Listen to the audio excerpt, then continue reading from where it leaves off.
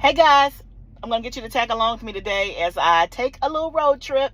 And I thought you would find this interesting. I'm excited, so excited for what I'm about to do. I'm actually going to a flower arranging workshop.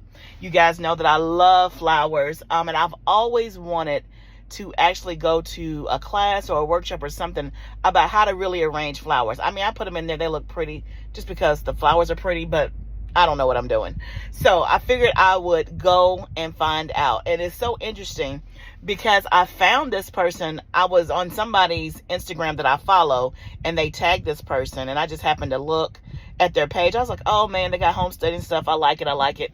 And then she advertised this flower workshop like the same day that this lady was tagged. And I was like, oh my goodness, a flower workshop. And it was on a Sunday afternoon. I'm like, wow. I looked at the calendar. I'm like, I wonder where she is. And y'all, this lady is like an hour from. So the first thing we did is that we went out to the farm as soon as we got there to pick the flowers that we wanted, which was amazing. She had all different kinds of flowers: celosia, zinnias, sunflowers, cosmos. She even had some summer snapdragons right there in the middle that were so pretty. They had already started clipping flowers kind of for the basket for everybody to use, but then you could go out there and pick whatever you wanted, so you could have your own flowers as well as what they had already picked as well, just kind of as a mix and match. So I'm walking around just looking at the beauty and seeing what I want to make for my bouquet. So you can see here she's picking different things as we're walking up and down the aisles. Look at this big plant right here. This is called a Mexican sunflower. It is massive. Then you see there's some sunflowers there, and then the cosmos are there as well. But overall, just absolutely beautiful. I was smitten as soon as I walked onto the property.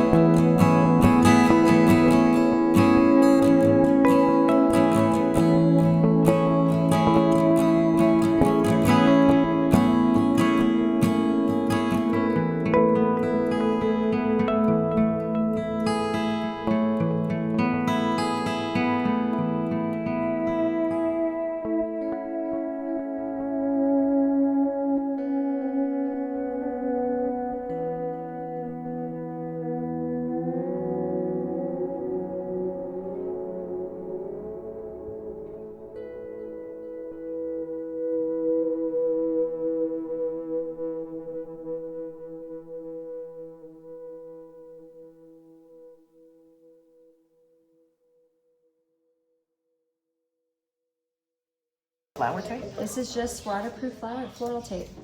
And then if you really, like, I'm gonna do this for yours. We could Should I do that, Liz, or no? No, yours will probably be okay. And because you have the chicken wire, okay, so then cut right here. So your flowers are gonna end up being able to like lean and lay in different ways than otherwise than just setting in. Oh, okay. So, awesome. Okay, you wanna cut at a 45-degree angle, and you wanna get a fresh snip like that, because you want the most surface area to gain water. So that's why you do it. I like to start this focal flower as my tallest or like centerpiece flower. You don't have to do that, but I like to start it kind of almost at an angle. And then I'm gonna give you like a 2 steps ahead. Don't overthink this right now, but I'm gonna basically work in a triangle method. So that's why I had you do your tape a certain way. I kind of do one tall, one medium, and one low of the same flower, working around in a circle to give dimension and dynamic. So already at this point, I've learned more than what I knew when I came in, because literally I was the person that I would just buy flowers or pick them from my garden, snip them all the same length, and then just put them in the vase. So here she's showing me what she talked about is having the same flower at various lengths. So she's kind of showing me where to start. I'm starting with this pink zinnia, and so I have one tall, and then I do another one that's like medium height, and then I do another one that's a lower height, and kind of just put them all around in my jar, and I'm laying them at an angle. So again, this was all very brand new to me and my first time, and I was so excited to just learn this basic technique and how it made a world of difference. So now it's time for me to work on this step. You see I have my 3 zinnias in there, tall, medium, short, and now I'm working with this yellow celosia, which I love. I've already gone on the website to find this yellow celosia so that I can grow it next year. I'm absolutely obsessed with this yellow celosia. So you see me just placing my different flowers in there at various lengths. I was a little intimidated and not as confident just because it was something brand new to me. But I mean, it was my first class, my first time hearing this type of instruction on how to arrange flowers. And so I'm just playing around with it and just trying to see, okay, what height does this flower need to be? What is my goal? What am I comparing to? Lots of questions whirling around in my head. And she tells me, Barbara, you're overthinking it. So once I kind of got into the zone, it was easier, instead of trying to be so, I guess, not strategic, but just being intimidated. Once I got in the zone, it was a little bit better.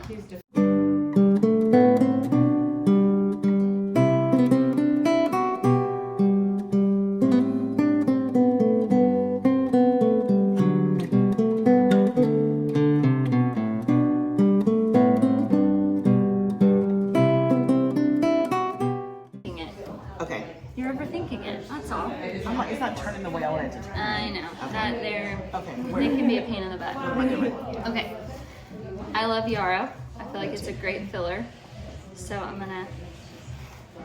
So it's okay to have some green, some of the. Yeah, you could have a little bit. Okay. It's all preference. But okay, so I hold this here and I immediately am like too tall. So cut that about there. Too tall for what? Like what was your reading? In comparison to the same, it's the same height as the other flowers.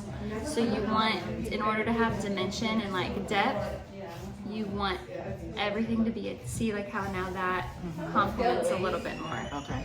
So you always want things to be at different heights. And it's okay that I don't have 3 of those. It's okay. That is just the starting rule of thumb to make sure you get, I know. Let's see. And does it matter the order? No. Oh, this is floppy. Like in terms of greenery, focal, no, it doesn't matter. I start with focal to make sure that they are where I want them, because I feel like if you're, think of like the peony, right? In peony season, you want that to be your first flower in, so you know exactly. I always want to make sure, okay, my client is getting the flower they wanted. They're getting it in the most dramatic visual, space. Yeah, like it's okay that greenery's on there too. Yeah, that's fine. Okay. You can have a little bit. So do you see how I'm now almost kerplunking it? I don't want it to sit here. I want things to come out to create space. So I start filling in my vase, just kind of using the same method, trimming the flowers, laying them in there, pretty much, trying to do in threes, a tall, a medium, and a short, even though it may not be the same flower. But I just work through filling up all of the stuff.